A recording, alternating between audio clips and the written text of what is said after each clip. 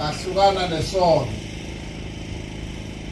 ngoba uma ngabe umemukela uJesu uyena ukwehlukanisa nesono. Amen. Bonile abanye bengena noma uGesu kusubalekile nabo ngiyabemukela ngiyababingelela. Ngiyathanda kancane ukuthi ke ngikhulume ngendaba yenhliziyo namhlanje. Amen. Thanda ukukhuluma ngendaba nje yenhliziyo. Asibuke izwi kaNkulunkulu encwadini kaJeremiah 17 verse number 9. Bese siyafunda.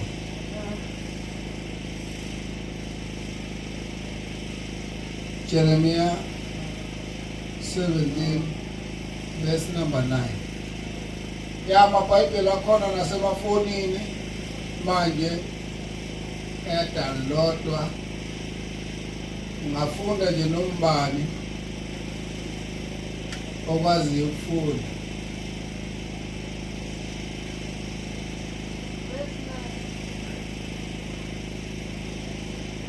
Inhliziyo iyakhohlisa ngaphezu kwakho konke, futhi imbi ubani ongayazi na?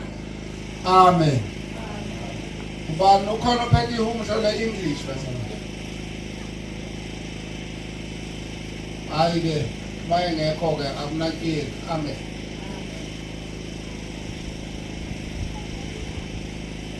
Awungivulela-ke incwadi yesibili yezenzo. Ile ndaba njena engiyiphethe ntambamo bafowethu, bomama, bobaba, bodade, zinsizwa. Amen. Inhliziyo iyakhohlisa. Njengoba sila silethe inhliziyo zethu ngoba akekho umuntu esingayisa kuye inhliziyo asisize. Kodwa inhliziyo ungayinikeza umnikazi wayo, uBaba uNkulunkulu, alibonge igama leNkosi, ayisize inhliziyo. Haleluya. Ma umuntu bazalwane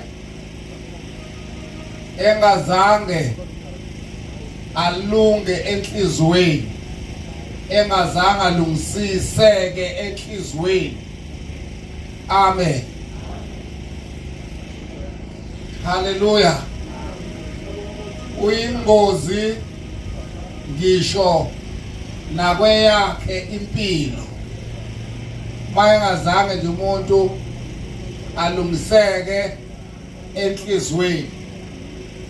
Silethe inhliziyo ukuzoyithobisa kuNkulunkulu, sithi Nkosi Jesu, nansi inhliziyo yami, ithabathe.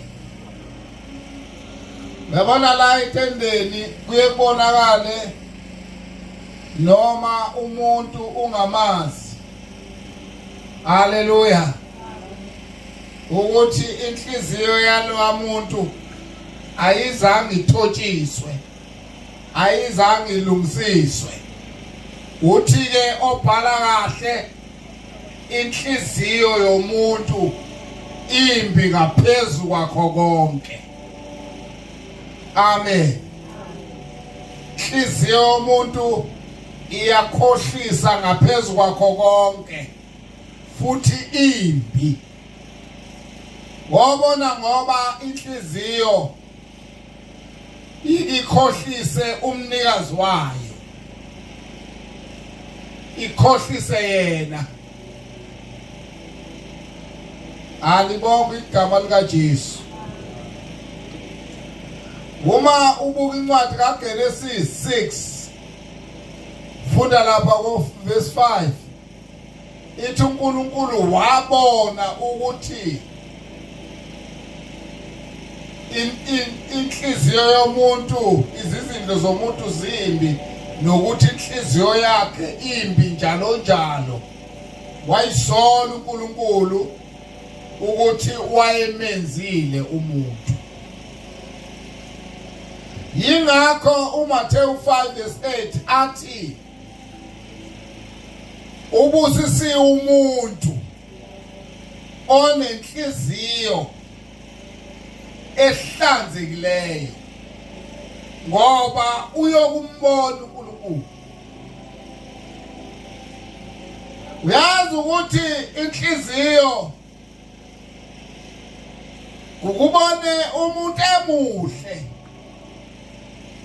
kwi-appearance ebusweni bakhe, kanti inhliziyo yakhe imbi. Omunye uzwe sekuthiwa ngoba njengoba kuthiwa iyakhohlisa, uzwe sekuthiwa uthathe intambo wayibophela emthini, wagibela naye emthini, wayifaka entanyeni, wayibulala.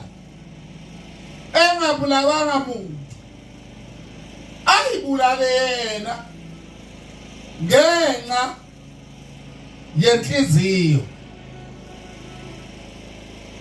Inhliziyo iwumthakathi. Ngelinye ilanga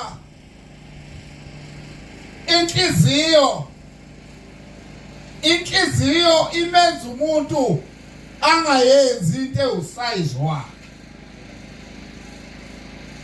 Haleluya. Yingakho ke sila kuzoshunyayelwa Mthando Solomon encwadini yamakhosi uma ebhala athi konke okwangena enhlizweni yakhe wakuphumelelisa. Amen.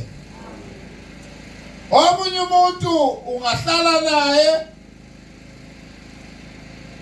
uzwethembe ukuthi uhleli nomuntu kanti inhliziyo yakhe iphenduke ibhere, yaphenduka ingonyama.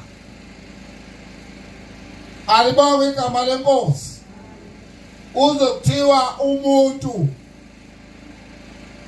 omdala ona 40 years, 30 something years, 50 years, uzokuthiwa ubambe ingane eno 5 years, wayidlwengula, waqeda ukuyidlwengula, wayifaka iduku emlonyeni, wayikhinya. Akwenzi yena, kwenza inhliziyo yakhe. Inhliziyo imbi. Haleluya. Inhliziyo imbi. Bangakanani abantu aba-underground ababulawe umuntu ngenxa yokuthi washalazela uNkulunkulu, washalazela izwi likaNkulunkulu, kanti inhliziyo yakhe ibidinga uNkulunkulu. Uzwe kuthiwa umuntu unikeze umuntu ukudla, umuntu wakudla lokho kudla wafa. Inhliziyo njalo bazalwane. Amen. Amfundeni verse 37. Yebo, verse 37.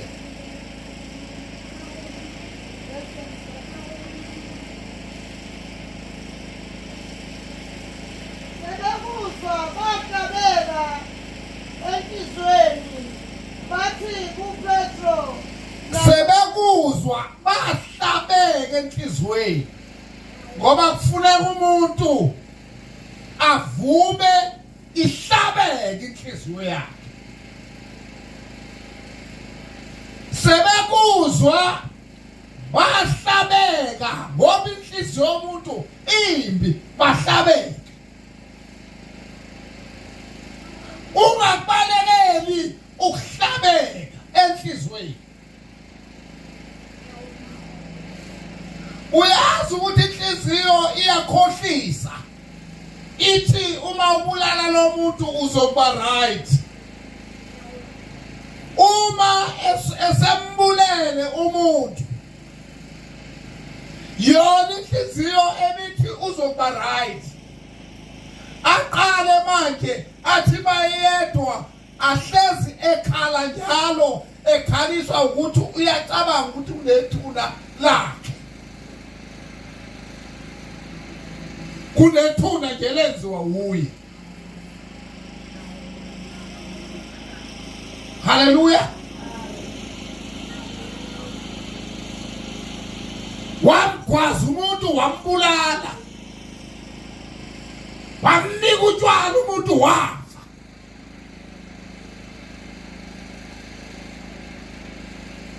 Alibonge igama lenkosi.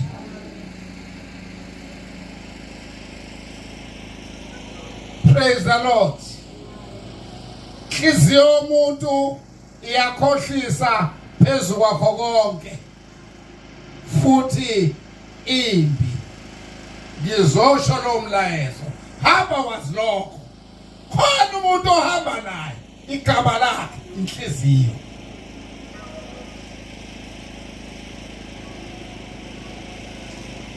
Inhliziyo sibona kuKhayini. Uma enikela kanye noAbela, yaba yimbi inhliziyo yakhe. Yaba yimbi nje ngenxa yokuthi ubona uAbela ebongeka uNkulunkulu, wangalungise yakhe inhliziyo, wabona ingcola mbulale lo.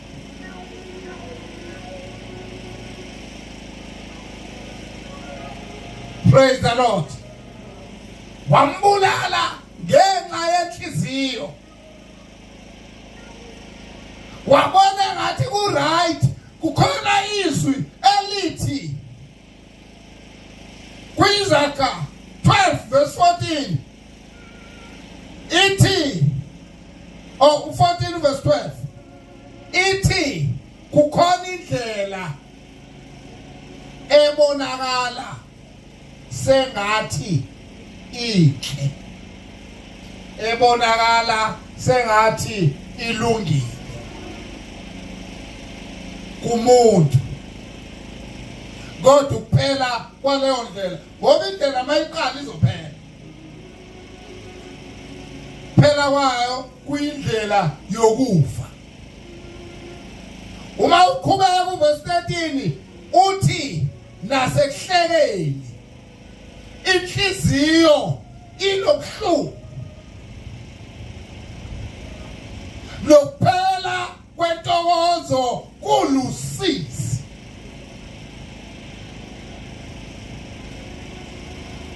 Uyazi usenenhlanhla ukuthi ube nesikhathi sokuzwa izwi likaNkulunkulu ungamlandaba futhi naye, kodwa usenenhlanhla ngoba abanye njengoba ngikhuluma bayafisa ukuthi bazozwa umuntu oshumayelayo, abezwe ngiphimbo lomuntu oshumayelayo.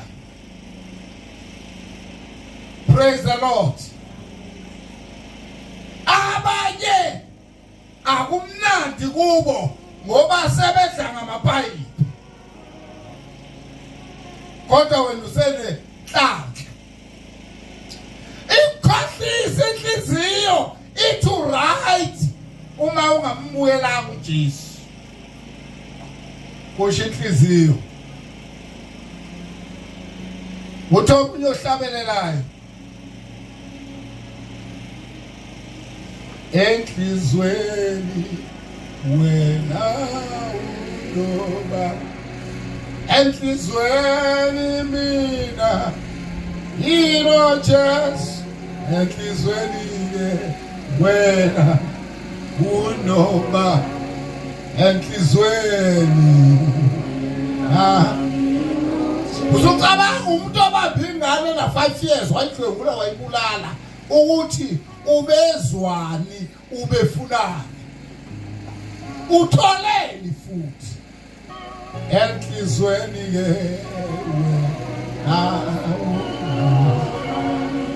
enhlizweni mina yino Jesu, enhlizweni unobani enhlizweni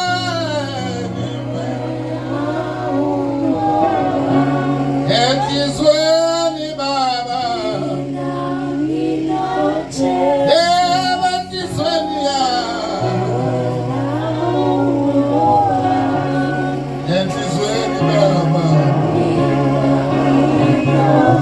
Hallelujah, Jesu mina we Funu Jesu mina Hallelujah we enhlizweni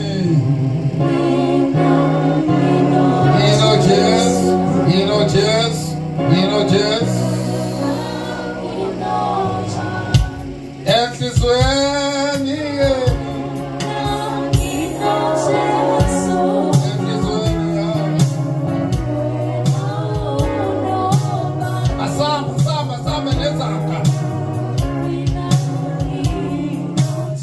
asamba nezakha 23 unobani ngiyabuza usumtholile na uJesu wena enhlizweni into usumtholile uJesu yini wena into nobani ohlezi naye unobani omfihleleyo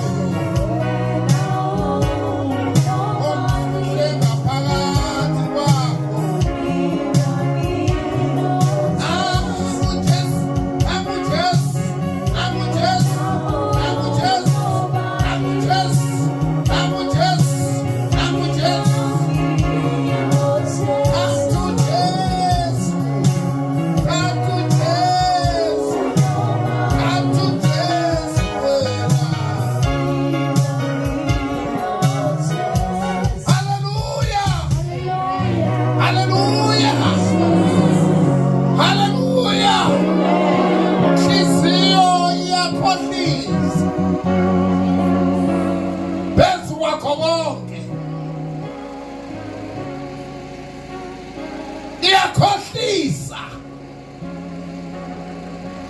enhlizweni yakho Jesu enhlizweni yakho enhlizweni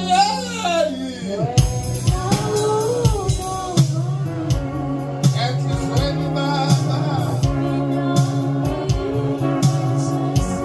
yabuza kithi wena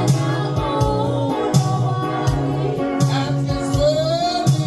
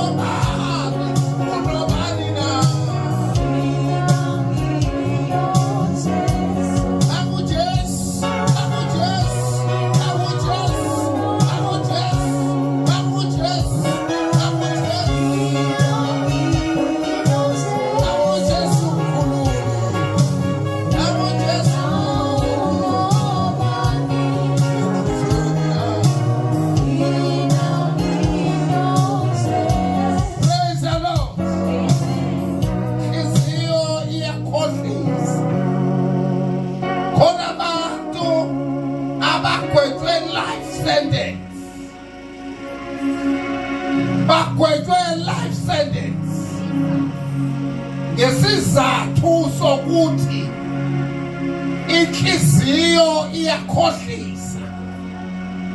Balalela inhliziyo ikhohlisa.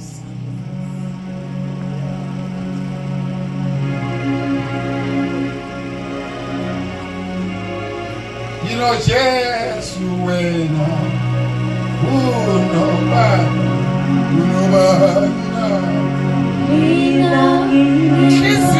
inhliziyo iyakhohlisa. Aphuma umuntu aye enkonzweni, kanti inhliziyo iyakhohlisa. Afike enkonzweni bese aphuma uyahamba, kanti uya kwamathanda inhliziyo. Uya la inhliziyo yakhe imkhohlisela khona.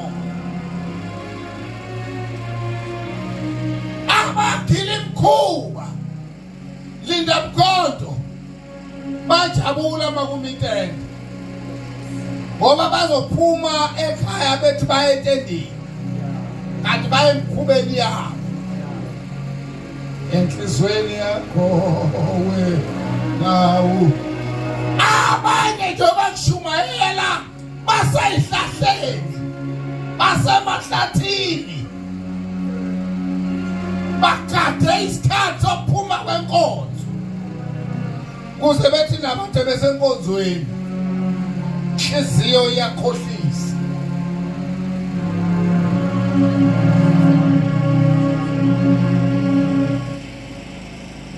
Inhliziyo iyakhohlisa.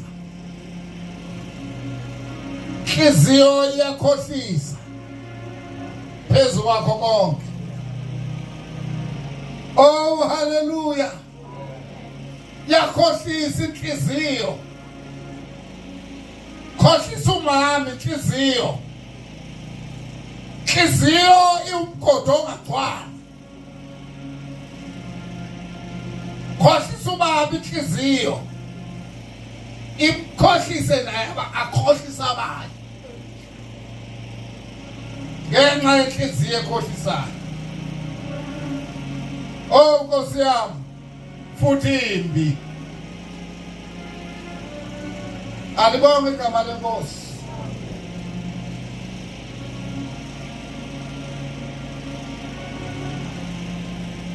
Inhliziyo yakhe yamkhohlisa. Ngelinye ilanga umama othile baba wakwakhe hambile uhambo olude, yamkhohlisa inhliziyo. Yathi ngoba ngekho angeka kubaba. Waqala wazenzela ama roll on ngoba ubaba ngekho futhi angazi ukumbona. Kanti khona iselimbonayo. Praise the Lord. Wathi langathize engalindele wezwa sekukhona umuntu esenokho emnyango.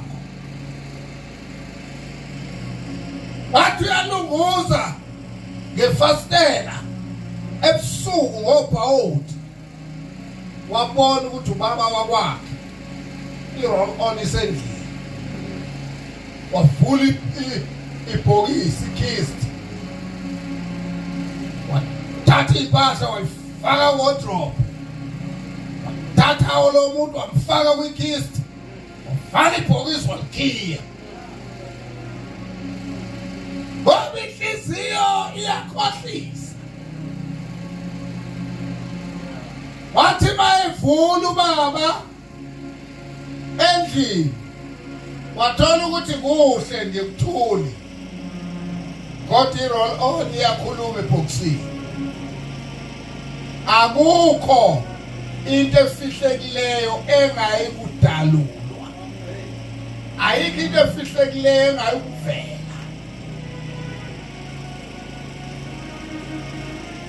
Wafika ubaba wakhe wathi hayi mama bengizokukhombisa nje le moto engikuthengele yona. Yena akayibuki imoto ucabanga nge-roll on ebhokisini. wayesethi ubaba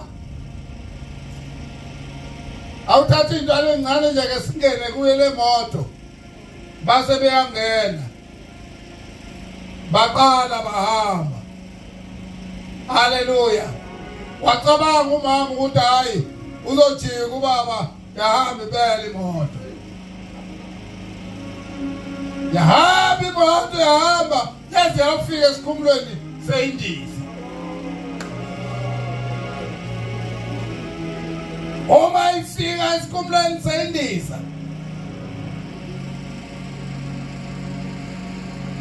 wayesethi mama ngifuna ukujabulisa namhlanje.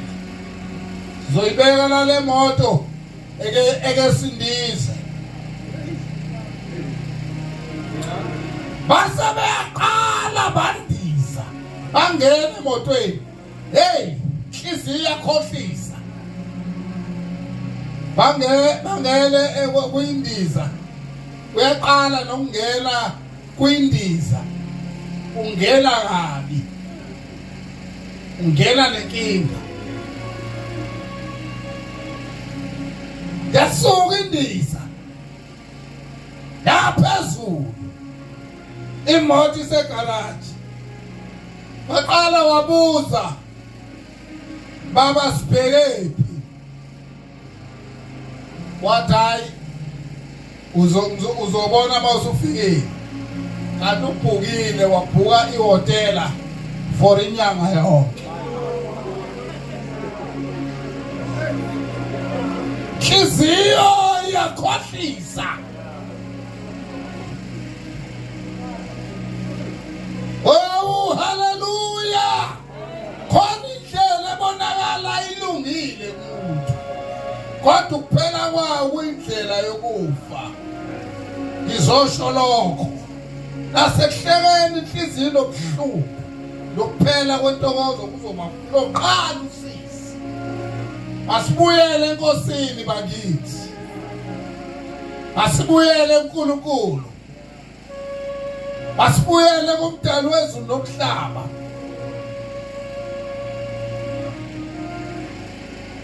Afika. Kuyangena konke ukudla okungenayo. Kodwa kwehla ngomgogosha. Ngoba inhliziyo uthehlezi kahle yamkhohlisa.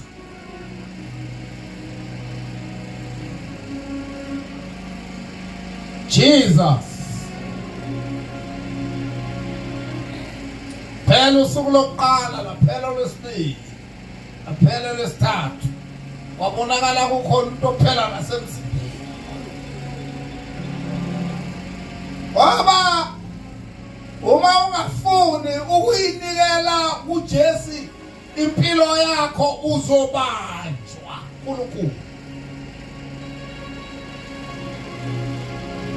Awuhlabelele nami. Uthi bayete bayete. Oh bayete bayete.